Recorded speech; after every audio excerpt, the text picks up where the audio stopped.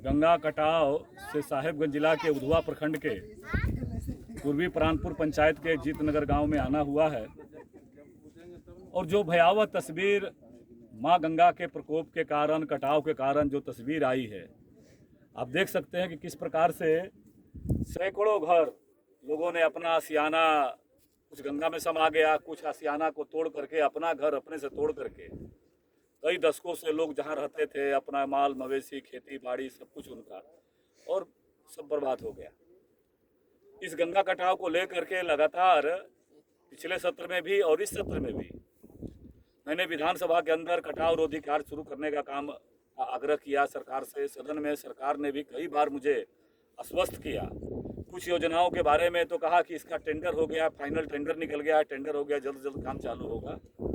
लेकिन ये सबसे बड़ा दुर्भाग्यजनक है कि प्रशासनिक अधिकारियों की लापरवाही के कारण, विशेष करके जो जल संसाधन विभाग और ये जो इसको नोडल एजेंसी है उसकी लापरवाही के कारण और सरकार की कर्मण्यता के कारण आज दशकों का परिवार का लोग आज पलायन दर का ठोकर कर खानाबदोश का जिंदगी जी रहे हैं। लोग किस प्रकार के मजबूर हैं। कई गांव, मुझे आज भी पता चल रहा है कि कई गांव कटाव के चपेट में आने को तैयार है। तो निश्चित रूप से अभी जो विधानसभा सत्र प्रारंभ होने वाला है उस सत्र में भी इस मुद्दे को हम उठाने जा रहे हैं। और परसों में डीसी साहब से, यहाँ के जो पंचायत के हमारे मुखिया प्रतिनिधि हैं इस पंचायत के, किचन मंडल जी के साथ मैं डीसी साहब से मिला था, उनसे आग्रह किया। उन्होंने भी मुझे भरोसा दिया कि मैं स्थल पर जाऊंगा और जा करके वहाँ पर अध्ययन करूंगा। लेकिन आप देख सकते हैं कि संवेदनशीलता की इतनी हदें पार होती है कि इतने दिनों से कटाव के लेकर के लोग पीड़ित है। मैं अभी बूढ़ी माता जी का दर्द देख रहा था, आप लोग ने भी अनुभव किया होगा कि एक भी शासन का पदाधिकारी मेरे डीसी साहब से मिलने के पहले तक, एक साधारण कर्मचारी तक इन कटाव पीड़ितों को किसी प्रकार की मदद के लिए हाजिर नहीं हुआ। इससे अंदाज कर सकते हैं। मैं आपके माध्यम से राज्य के मुख्यमंत्री जी से आग्रह करना चाहते हैं कि मुख्यमंत्री जी, इस प्रकार की संवेदनशीलता से शासन नहीं चलता है। अगर शासन चलाना है, शासन में जनता का इकबाल उसके प्रति रहना चाहिए।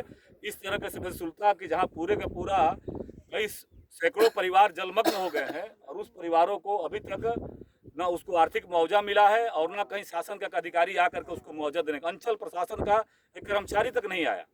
मुझे सूचना मिली है कि मेरे डीसी साहब से मिलने के बाद कल आकर के यहाँ अंचलाधिकारी आए थे, वो भी खाना पूर्ति करके चले गए। इसलिए मैंने डीसी साहब से आग्रह किया है कि इसको अविलंब इन परिवारों को मुआवजा दिया जाए जो प्रभावित परिवार है, और उसका एक भूखंड हम लोगों ने चिन्हित किया है। उस भूखंड में इन परिवारों को बसाने की व्यवस्था करें और उसको घर दे करके देने का काम करें। और ऐसे जो भी कटाव पीड़ित है उसकी संवेदना के साथ हम सब लोग खड़े हैं और जो भी क्षति हुआ है उस क्षति को लेकर के आने वाला समय में विधानसभा स्तर पर इस मामले को उठाएंगे। और सबसे बड़ा सवाल कि जिस अधिकारियों के कर्मण्यता के कारण जो आश्वासन दिया और उस पर प्रत्यक्ष कार्रवाई नहीं हुआ, उसके लेकर के सरकार को जरूर घेरने का काम करेंगे कि सरकार ऐसे लोगों पर कार्रवाई करे जिनके कारण से ये इतने लंबे समय तक काम नहीं होने के कारण आज ये लोग बेघर हो गए। सर, क्या रीज़न हो सकता है कि सर यहाँ का नदी कटाव जो है ये आज से नहीं, करीबन 15 साल से लगातार ये लोग पीड़ित होते जा रहे हैं। हर एक साल क्या कह सकते हैं हम लोग पीड़ित हो रहा है नदी कटाव से। बावजूद सरकार की ओर से कोई ठोस पहल ये लोग को नहीं दे रहा, मतलब पहल नहीं कर रहा है। सर, क्या रीज़न हो सकता है सर 15 साल? लगातार हम सब का सौभाग्य भी है, वरदान भी है। गंगा के कारण हमारा मिट्टी, हमारा प्रकृति, ये सब एक वरदान है।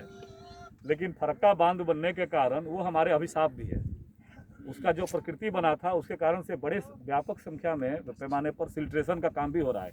इस मामले को हमने कई मंचों पर उठाया है और उस फिल्ट्रेशन के कारण हम जो मुहाना, फरक्का के मुहाने पर आने वाले लोग हैं, ये 83 किलोमीटर का लंबा जो झारखंड साहेबगंज जिला का जो गंगा का किनारा है, ये किनारा हमेशा प्रभावित होता है।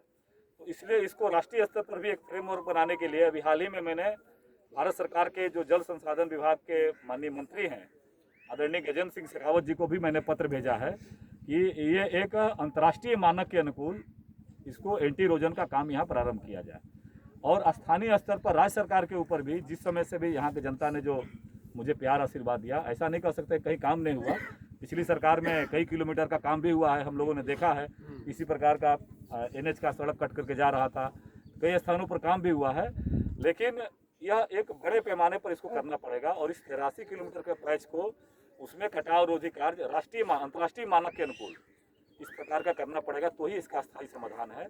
और जिस संबंध में मैंने भारत सरकार के अधिकारी को भी, भारत सरकार को भी मैंने कहा है, राज्य सरकार के ऊपर लगातार इस बात को कर रहे हैं क्योंकि ये जो फरक्का बैराज के कारण अभी आप देखे होंगे कि ये जो कटाव आया है इस सामने के मुहाना से जो भी है, ये जो सामने का मुहाना देख रहे हैं, ये जो आ रहा है, इसके में गंगा का जो अपना प्रकृति है, कई चीज़ें समा गया मेरा। नमामि गंगा के तहत हमारा घाट बन रहा था राजमहल में, जैसे ही पानी का फ्लो उधर आया वो घाट लेकर के पूरा बैठ गया। उसी प्रकार से कई गांव भी चपेट में आ गए, पहले भी हुए हैं। मैं भी गंगा के किनारे का रहने वाला हूं, इसीलिए गंगा के बारे में हम सब भी जानते हैं कि हम लोग का भी कई बीघा ज़मीन जो है गंगा में देखते देखते समा गई, फिर ज़मीन कई दशकों के बाद निकला।